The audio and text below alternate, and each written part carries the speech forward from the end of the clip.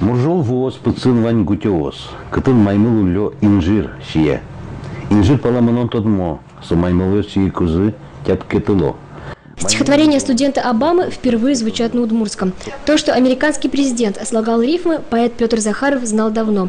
Стихи Обамы об отношениях внука и деда, смерти, социальных явлениях. Найти эти редкие тексты Захарову помогли киевские друзья-литераторы.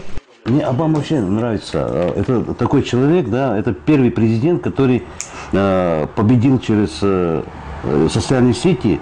И первый президент, я считаю, который вообще не говорил, что он из малочисленных народов, хотя он оттуда, да, он просто шел, он доказывал, что он хороший. На видных политических деятелей полезно взглянуть с другой, творческой стороны, считает Захаров.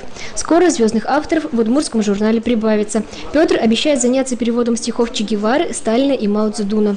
Удмуртскому языку, удмуртскому менталитету почаще надо выходить за горизонты, чтобы поднять себя и посмотреть оттуда.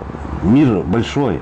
Он не такой маленький, как маленькая Удмуртия. Он больше гораздо и шире, и там больше возможностей себя проявить. Лирика Обамы на удмуртском будет доступна не только жителям республики. Перевод его стихов автор отправит в американское посольство. Яна Городилова, Марсель Хабиров, телеканал «Моя Удмуртия». Побольше сделай. Сделай общий план, вот это просто монтаж. Я все общий.